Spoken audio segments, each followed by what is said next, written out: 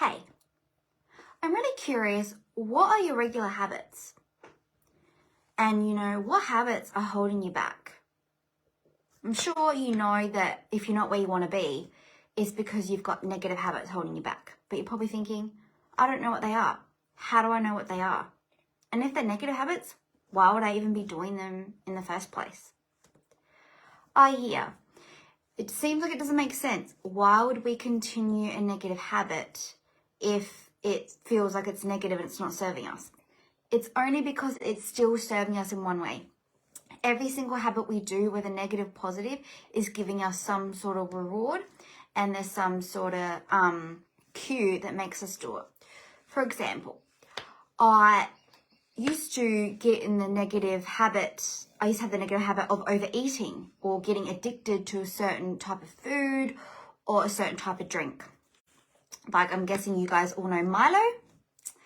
The drink Milo, I got into the negative habit of having a cold Milo every day, around the same time every day, and starting off with like 2 heaped tablespoons in there, and I would just keep adding and adding and adding, and pretty much eating the Milo on top of the milk. So I would have so much milk left, and the Milo would be gone, so I just keep adding more and more and more. So that is just, how simple getting stuck into a negative habit can be.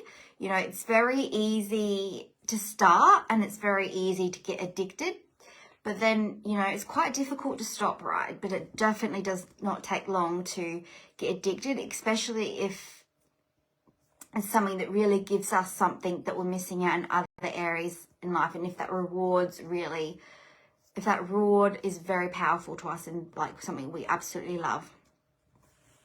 And I'll just interrupt this video quickly for those that are new here. So my name is Zoe Jean. I'm an anxiety coach and an NLP practitioner. And I help women all over the world to heal their anxiety using a process called the Rewrite Your Anxiety method. And it incorporates mindset work, so mainly rewiring the programs in the subconscious mind. Body connection work, like releasing the tension in our body and in our mind, and building a deep connection with our body so we can pick up on the signs and signals in the early stages of stress and anxiety and learn how to regulate our emotions. Nervous system regulation, to not only learn how to regulate your nervous system, but also to widen your window of tolerance and therefore keep it wide, so that the more everyday life stresses and things can come up that you'll be able to handle without it spiraling out of control. And then of course habits, what this video is about, right? Because everything we do in life is based off a habit. So building powerful habits is so important.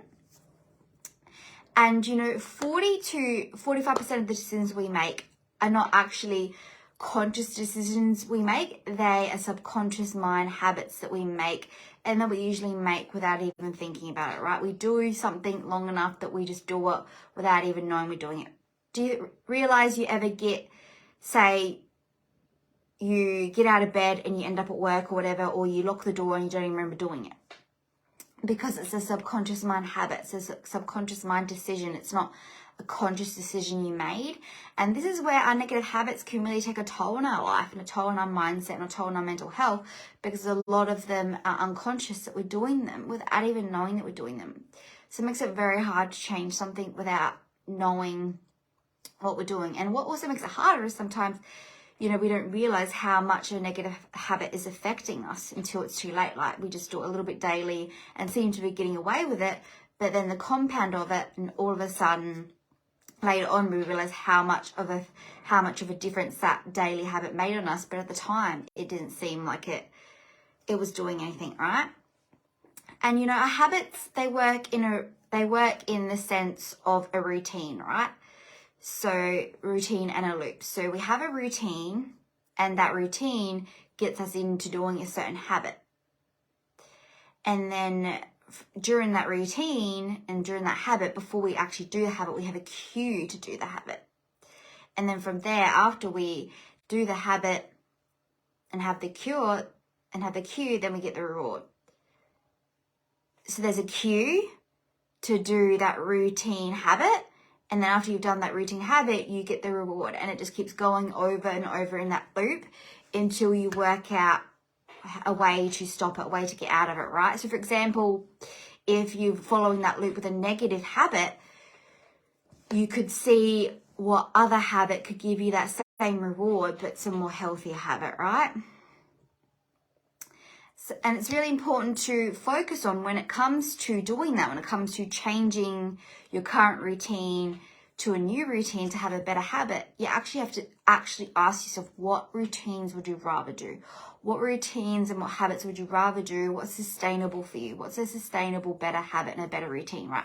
There's no point picking this really super, really healthy, good routine and habit if you're not going to be able to maintain it, right?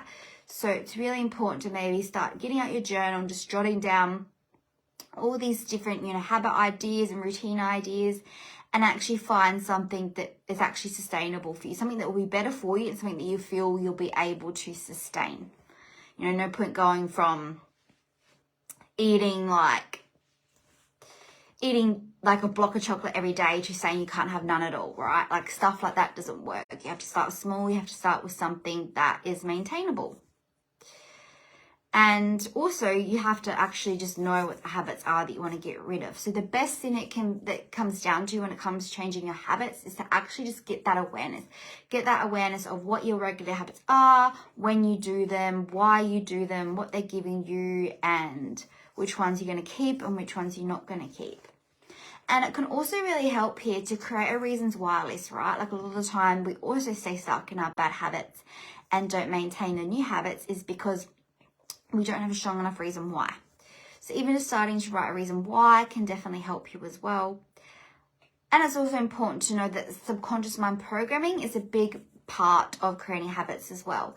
Because a lot of times you will start a new habit, but if your subconscious mind program is you're unworthy or you're an anxious wreck or whatever it is, your subconscious mind will always bring you back to that belief, and that's what self-sabotage is. So if you constantly feel like you're self-sabotaging yourself, you're starting a habit and not maintaining it, it's probably because your subconscious mind doesn't align with the new habit you're doing. So it's also really important to recognize when you need that further help to rewire the programs in your subconscious mind. And obviously it also really helps to create a plan, right? You can't get from A to B without having a plan to get there. Like you can't drive from A to B without knowing where B is, where you want to go. It's the same with these habits. Building new habits, maintaining new habits, you need to have a plan to help you get there. And I know it might sound complicated and really confusing right now, but it's not. It can actually be a really simple process.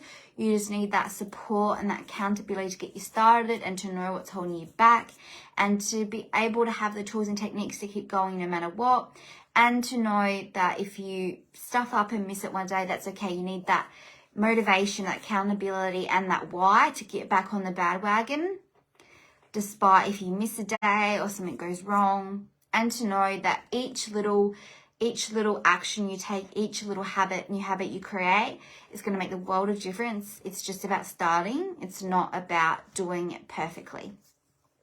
So yeah, this is just, how powerful habits really are. Like whatever you create in your life, whatever your outcome or reality of your life is based off the habits and the decisions you make. So if you're not happy with where you are in life, if you're not happy with your current decisions, then you really need to start looking at your habits. And again, sometimes this can be really hard to do on our own because we're so stuck in our heads.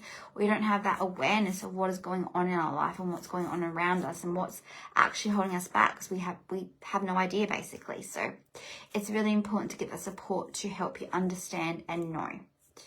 So if this is something that you are interested in learning more about, definitely comment me below and I would be happy to have a chat further with you about how I can help you starting to create new habits as well. And if you want to learn more about how to create better habits, how to rewire those anxious habits, I'll also pop a link in the description box for you to watch my anxiety 6-session series that will talk you through anxiety habits, understanding your anxiety, and being able to move through your anxiety as well. So thank you all so much for watching, and I will talk to you soon. And don't forget to hit that subscribe button as well.